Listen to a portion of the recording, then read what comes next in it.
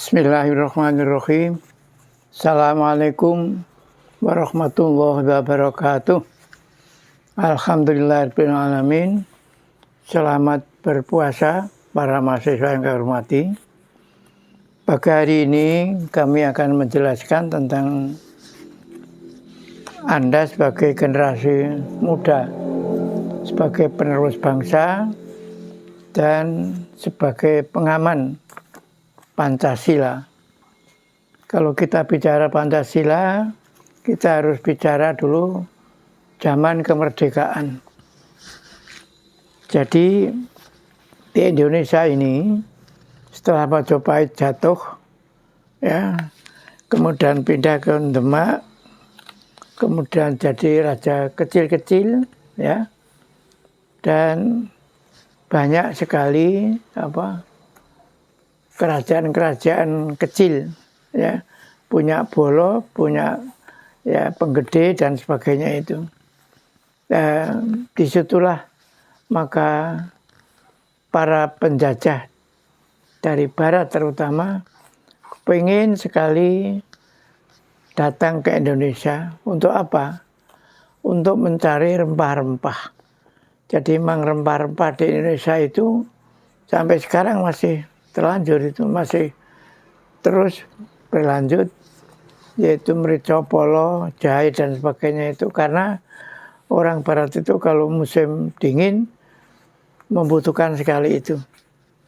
Maka datanglah berbagai-bagai bangsa dari barat ke Indonesia dengan cara mendekati kerajaan kecil-kecil tadi, ya. Di mana memang orang timur itu rahasianya ada 3. Yaitu kalau orang timur itu pertama didekati dengan kencringing duit. Jadi masalah duit itu sejak zaman dulu karena sudah menjadi incaran orang timur. Yang kedua, kelompok ngiwa. Artinya diberikan makanan yang lezat-lezat, ya, kelompok ngiwa. Dan yang terakhir, kebiaring pupuk kuning. Artinya wanita, ya. Nah, orang barat terutama Belanda itu tahu persis, ya, tentang rahasia ini. Sehingga orang Belanda itu jajah di Indonesia itu paling lama dan bahkan mendirikan VOC itu karena tahu persis tentang rahasia-rahasia ini. Sehingga Belanda itu satu demi satu kerajaan kecil-kecil tadi didatangi, diminta untuk hasil rempah-rempahnya jangan dijual ke lain kecuali ke Belanda itu. Nah, ini. Sehingga pada waktu itu para sarjana SH kita itu paling banyak dari Belanda. Dan orang-orang inilah yang sebenarnya yang menggerakkan Indonesia itu kepingin merdeka. Karena sudah lama sekali Indonesia itu, ya, ratusan tahun itu lama sekali dijajah itu. Nah, akhirnya sekali lagi Indonesia itu memang tempat penjajahan para orang barat. Nah, ceritanya yang pendek bahwa Indonesia itu terakhir dijajah oleh Belanda dan kebetulan Belanda itu ikut orang barat, ya, yaitu sekutu, ya. Dan pada waktu itu sekutu kalah dengan Jepang. Akhirnya Indonesia sekarang ini dijajah oleh Jepang, ya. Ya. Sebelumnya itu memang para sarjana dari Belanda tadi mengusulkan bagaimana agar Indonesia itu bisa merdeka. Secara kebetulan karena saking Gusti Allah itu, Jepang pada waktu itu karena Belanda kalah, ya, sekutu kalah, akhirnya Indonesia dijajah oleh Jepang 3,5 tahun pada waktu itu. Nah, karena Jepang itu lama-lama terdesak oleh sekutu, akhirnya Jepang mendekati Indonesia agar nanti akan diberi kemerdekaan kalau orang Indonesia itu mau membantu tentang buat-buatnya orang Jepang. Ya. Pada waktu itu betapa girangnya para sarjana, para pemuda pada waktu itu, ngatasi diarep-arep kok malah arep dikei, ya, kemerdekaan dengan catatan membantu kepada Jepang. Apa? Yaitu tadi rempah-rempah tadi. Jangan sampai dijual ke orang asing kecuali ke Jepang. Pada waktu itu saya masih kelingan itu. Jadi Jepang itu kalau ngangkut barang-barang dagangan dari Indonesia itu malam, maka pada waktu itu ada doro muluk, tong itu maksudnya wong kondo delik, ojo ngerti barang-barang itu dibawa ke Jepang, terutama di Jawa Timur dulu itu pukilnya Jepang begitu itu. Nah setelah itu tadi Jepang akan memberi kemerdekaan. Maka pada waktu itu Indonesia ribut-ribut mencari bagaimana agar bisa merdeka. Jepang hanya minta nek biar merdeka, kowe kudu duwe falsafah hidup dulu. Dasarnya apa? Nah, pada waktu itu ada puluhan konsep-konsep yang diajukan ke Bung Karno, minta supaya konsepnya ini, akhirnya Bung Karno mumet karena saking banyaknya usulan-usulan tadi. Jadi artinya yang Hindu ya Hindu, yang Buddha ya Islam ya macam-macam itu, macam-macam. Nah, termasuk juga Bung Karno juga punya konsep itu. Nah, setelah itu Bung Karno menentukan memilih ya orang 9 ya untuk membuat konsep negara nanti apa dasarnya itu. Nah, 9 orang inilah sebenarnya yang sebagai promotor yang mendirikan Pancasila itu. Orang 9 itu memang yang paling banyak dari kita, dari timur hanya 1 ya, yaitu si siapa? Maramis itu ya, Mr. Maramis itu ikut 9 orang tadi ya.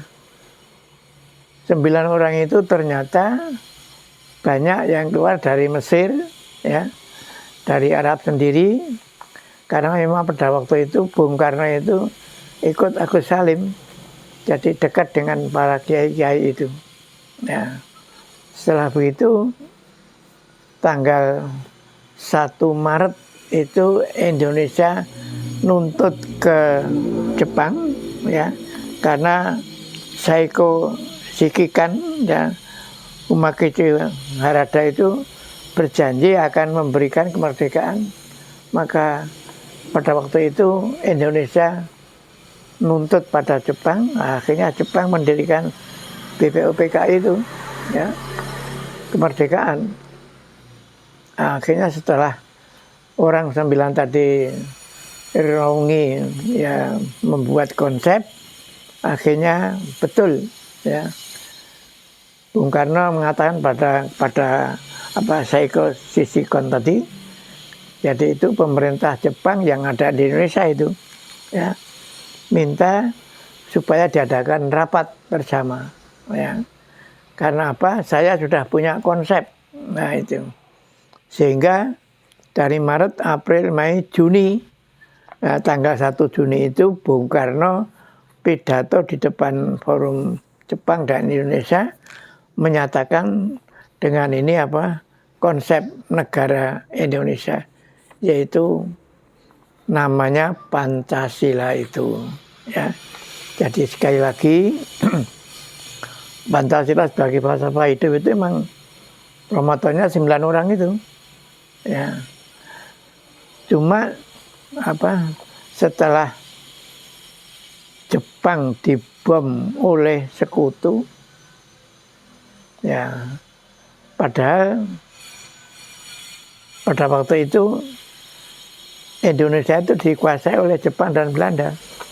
Nah, akhirnya karena Jepang dibom oleh sekutu, akhirnya sopo sing arep njajah Indonesia itu siapa?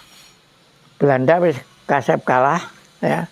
Jepang daerahnya sudah hancur, ya, lebur, ya. Akhirnya para pemuda-pemuda yang di Jakarta pada waktu itu nguyak-uyak Bung Karno dan Bung Hatta supaya maju berdiri menentangkan kemerdekaan. Pada waktu itu memang banyak sekali tentangan-tentangan, ya. Tapi para pemuda ternyata mahasiswa lah sebagai promotornya itu membawa beliau ke Rengas Dengklok itu. Gelem ra gelem pokoknya sing sepuh-sepuh kudu wani merdeka. Karena apa? Sudah konsep Pancasila sudah punya. Nah, tinggal menyatakan. Nah, setelah itu betul tanggal 17 Agustus jam 10 Bung Karno haung-haung merdeka. Ya itu. Kemudian Pancasilanya masih Piagam Jakarta, di mana memang 5 sila itu yang bedanya satu yang dirubah, yaitu ketuhanan dengan berkewajiban menjalankan syariat Islam bagi pemeluk-pemeluknya. Jadi yang diatur Islam. Padahal juga di Indonesia itu banyak sekali agama-agama, terutama di timur itu Kristen.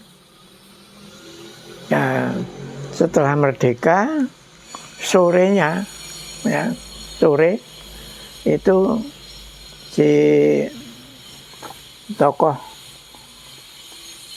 yang non Muslim tadi, ya, membawa teman-teman ke Jakarta nemoni Bung Karno. Apa? Indonesia Timur tidak akan ikut merdeka dulu kalau Pancasilanya itu tidak dirubah. Karena yang diperhatikan Pancasila itu hanya orang Islam. Sementara kita itu banyak sekali yang non Muslim. Sehingga minta, ya, Bung Karno geger lah, kalau orang gelem ki piye wis kasep merdeka. Akhirnya diserahkan pada Bung Hatta. Pak Hatta, silakan ini diselesaikan bagaimana agar orang timur itu juga sama-sama ikut merdeka, dengan catatan supaya sila pertama yang menyangkut Islam itu diowahi, ya gitu. Nah, pada waktu itu Bung Hatta ya kaget, akhirnya mencari teman-teman, ya, karena teman-teman yang ikut membuat Pancasila itu ada yang sudah pulang, ya, tinggal di sana itu pada waktu itu tinggal Pak Kiai Wahid Hasim, ya, Abi Kusno dan Tengku Umar, ya, 4 orang itu, ya, di Jakarta. Termasuk orang timur tadi, diajak rembukan, kemudian ternyata dengan usulan Ki Bagus Hatikusumo itu 7 kata yang harus dihapus itu diganti dengan 1 kata, yaitu dengan bukan ketuhanan dengan kewajiban menjalankan pokoknya, tapi ketuhanan yang Maha Esa. Nah, pada waktu itu orang Timur setuju, oke, kalau begitu saya juga ikut merdeka. Nah, gitu.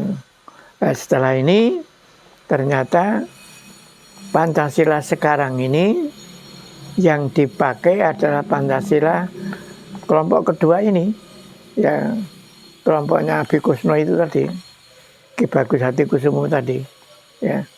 Jadi beliau itu adalah orang tokoh Muhammadiyah, ya, mengusulkan itu.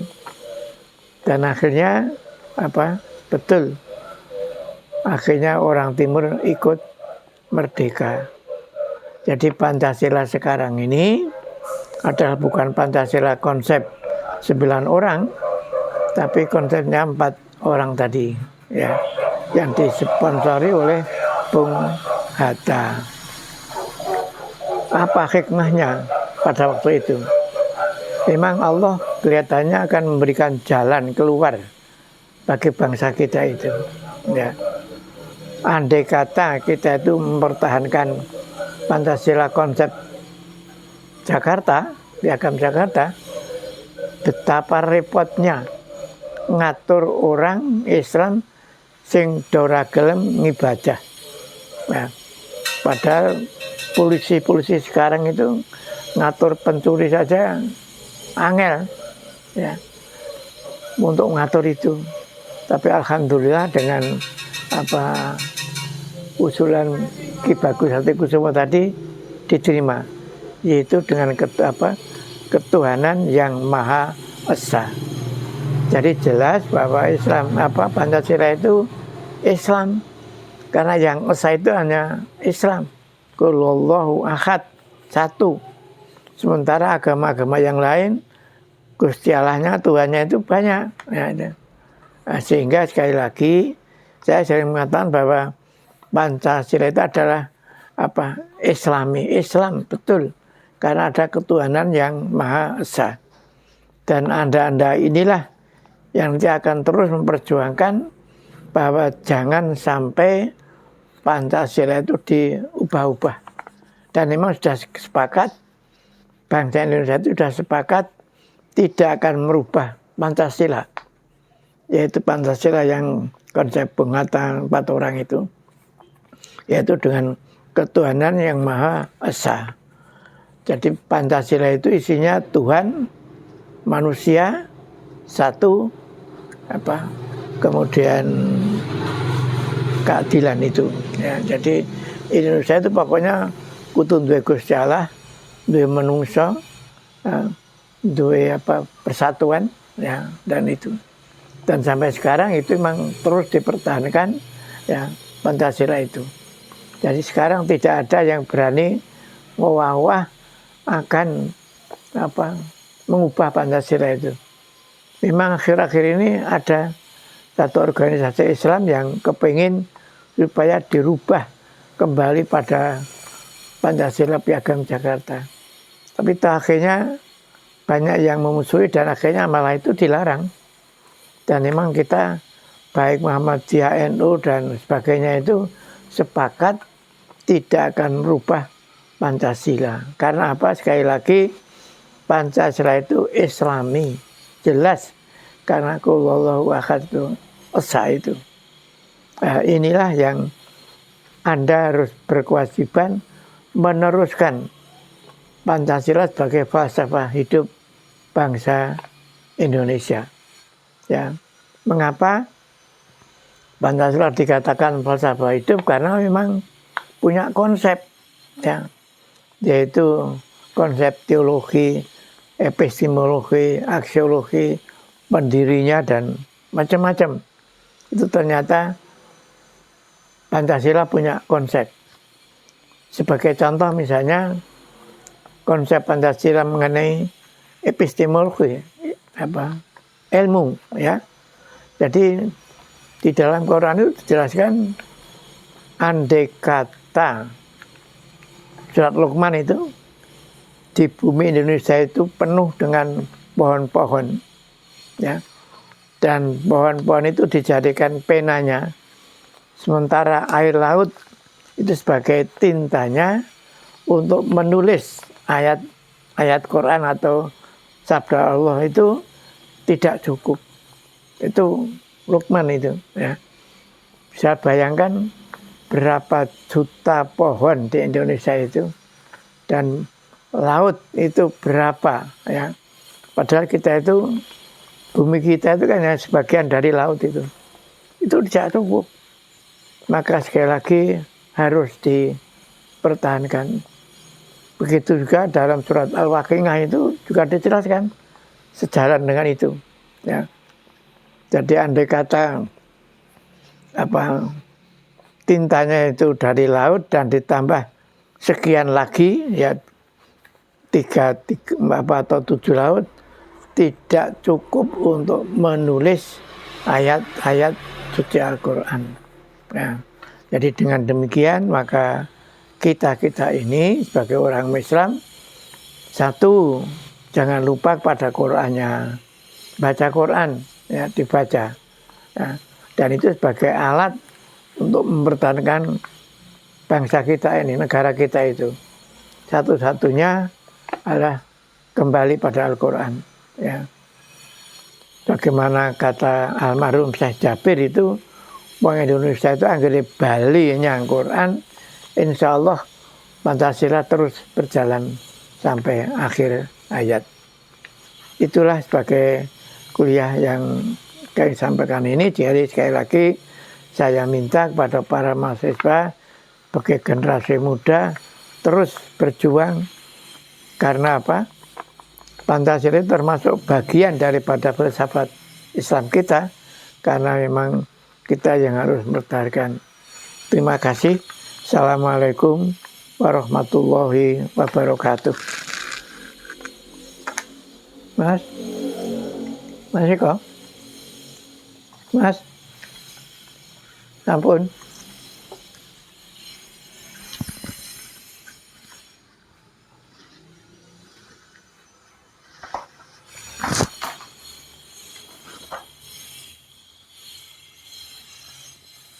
Alfian? Pun? Alfian? Ampun.